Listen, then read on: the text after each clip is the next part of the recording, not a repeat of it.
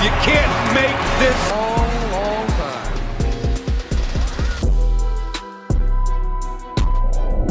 Hello, guys, and welcome to this episode of Indiana Sports Connection, a victorious episode. We just saw the Indianapolis Colts beat the Tennessee Titans, and we're going to break it all down in this episode of Indiana Sports Connection. Alec Pierce had an absolutely sensational game, finally had that big-time breakout game that I've been talking about all season long, made the great catch down the sideline. Minshew gets the ball to him deep, and that is your play of the day, my friend. The one that broke the camel's back, that got us down to the 2-yard line, and the Colts were able to do the rest on a brilliant play to Michael Pittman to get the touchdown and get the victory. Let's go over the stats. Let's go over a little bit of what happened in this game. I look at all my notes here. This game was really tough to watch. It was a heart attack. The fourth quarters of these games are heart attacks in a bowl. But let's go over some of the team stats. Get over that first. The Colts are victorious 31-28, 381 yards for the Titans, 355 yards for the Colts in total yards, 300 passing yards for the Colts. So a decent game for Minshew, 204 passing yards for Will Levis, 55 rushing yards for the Colts. The Titans did a great job of getting up front and getting physical at the line of scrimmage and not allowing the Colts to run the ball. That was a big part of this game, but we still got the victory and 177 rushing yards for the Titans. Not many games where you will outrush a team by over 100 yards and still lose, but the Tennessee Titans did it today, my friends. Yards per play, 4.7 for the Titans, and they struggled. They struggled with big plays, and they struggled with long dropbacks, and the Colts were getting home on Will Levis and had many tip balls and tip things, and we'll talk about all that. 5.2 yards per play by the Colts in this game. 19 first downs, the 25 first downs for the Titans. The Colts were 3 of 14 on third down. Awful on third down. You're not going to win many games being 3 of 14 on third down, but Minshew did a good job he did have one turnover that was really bad down by the goal line, but overall in this game, he did a good job of not turning the ball over multiple times and make multiple mistakes that would just put the game out of reach. So I see that the 3rd and 14, many times Minshew didn't have time. They were covered and he had trouble on third down. And the Titans were 6 of 17 on third down. Fourth down, the Colts were 1 of 1. They were 0 for 1. Total plays, Tennessee ran 81 plays. The Colts ran 68. Sacks allowed. The Tennessee gave up 6 sacks. The Colts gave up 3. Big part of this game was special teams. It was absolutely paramount that the Colts played great special teams today. It was a big part of the victory.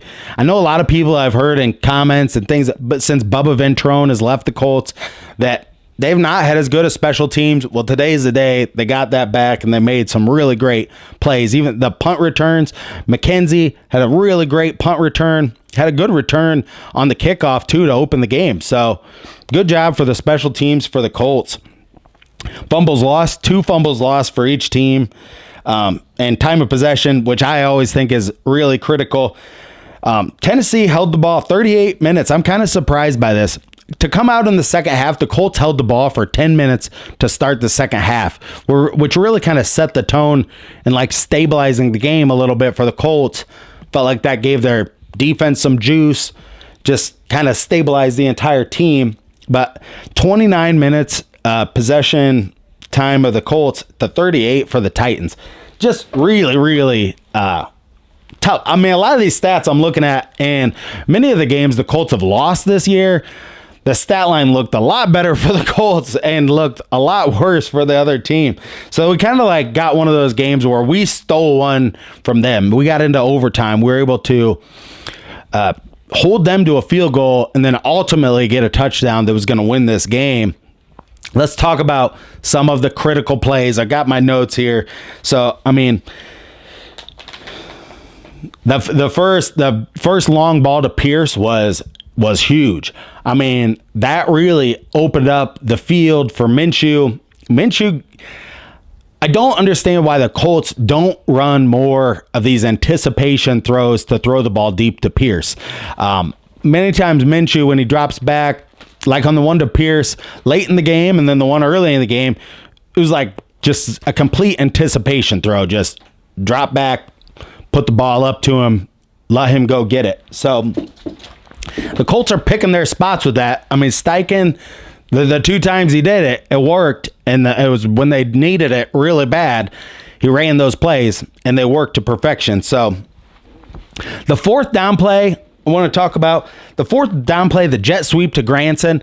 That was a really different play call. Granson had an unbelievable game. He might go as like the unsung hero of this game. He had a really great catch early in the game on the sideline. And that's where the Colts were not running the ball well in this game. So every great catch like that was really helping the team propel forward.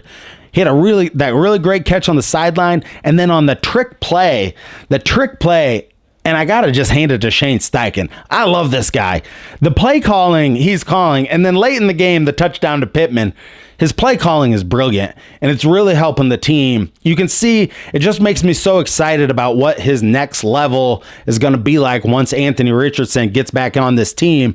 We have a more dynamic quarterback because we're hampered right now. Minshew's playing as good as he can play. I mean, he's really playing out of his mind, but he's a backup quarterback.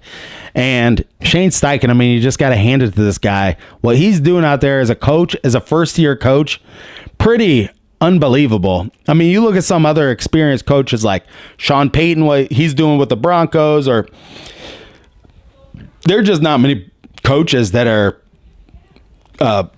there are not many play callers out there calling better games than Shane Steichen is right now for the Colts. So I hope you appreciate that. What he's doing out there, it's really unbelievable, and we should really appreciate it right now. So great job by Shane Steichen. I just can't. I've made a couple of videos about his play calling, but it has been just completely spectacular.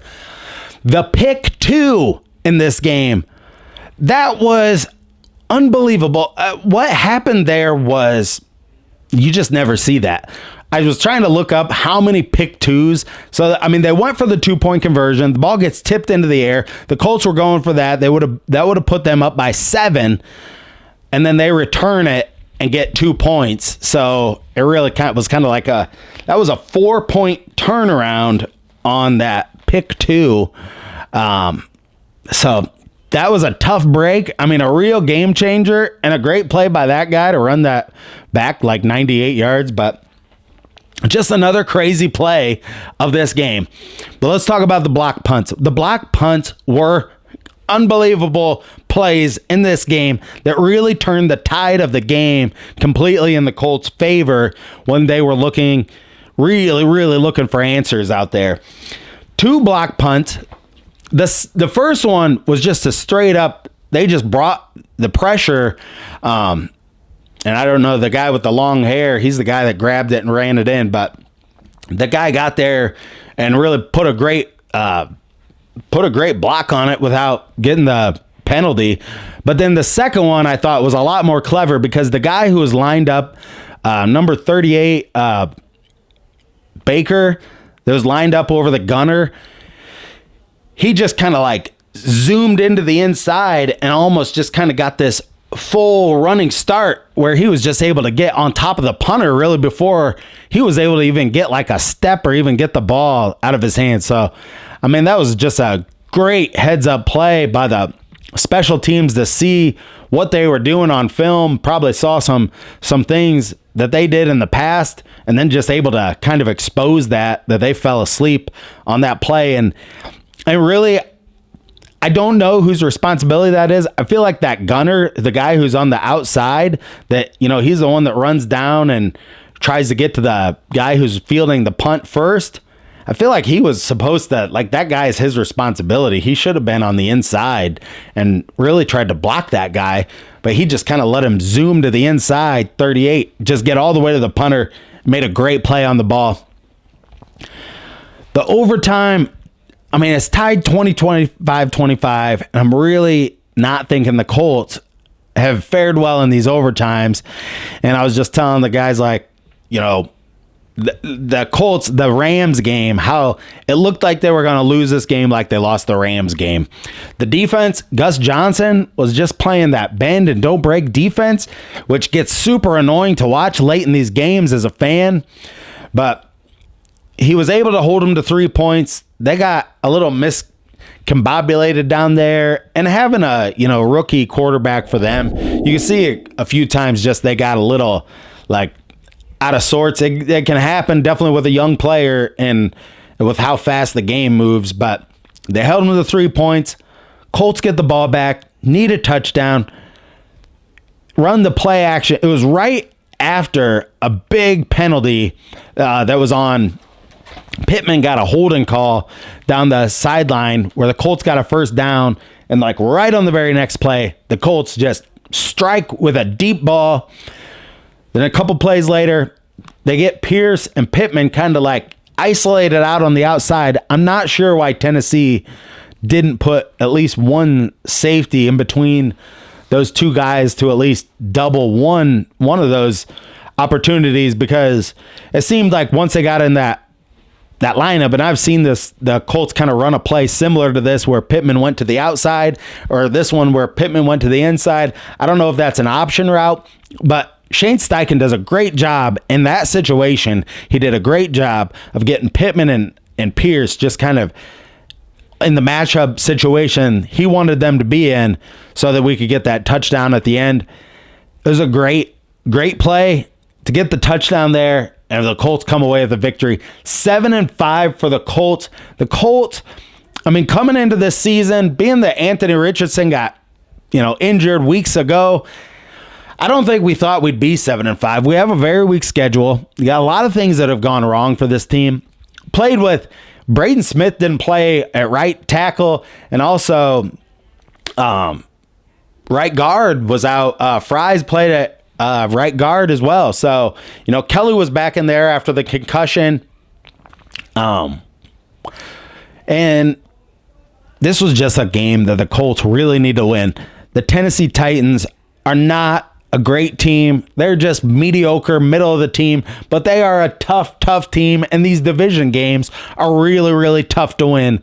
So this is a huge game for the Colts. They play the Bengals next week, but if they lost this game today, you would very much be thinking like 6-6, like they don't have a chance at the playoffs. Now at 7-5 with the Bengals and a backup quarterback next week, they're going to have their hands full, and we're going to talk about more of that on the episode tomorrow, and we'll have a more in-depth analysis of the game tomorrow as well. But the Colts are in it right now, and that's all we can hope for. It's spectacular because this is just not what I thought. I did not really think they would have a chance. And compared to what happened last season, and I'm working on a video right now to kind of show how far the Colts have come since last season. But where they've come since last season with Frank Reich and Matt Ryan, and tell me what you think about their Colts fans. Matt Ryan doing the game today, that was awful. I did not want to listen to Matt Ryan call a game. He's still trying to get on an NFL team. He still thinks that he can play in the NFL. Give it up, Matt Ryan. Just go away. But I did not really... I turned it off. I actually listened to Bring the Juice most of the time just on my phone. But, Matt Ryan, get lost. Don't do a Colts game. We don't want to listen to you, okay? Like, you were awful. Like, you are not welcomed here. Not welcomed here at all. But great job by the Colts. Not too much else to say about the game. It was spectacular. Hey, thank you so much for tuning into this video, Indiana Sports Connection. Subscribe to the channel if this is your first time here. And until next time, stay classy out there, Colts fans.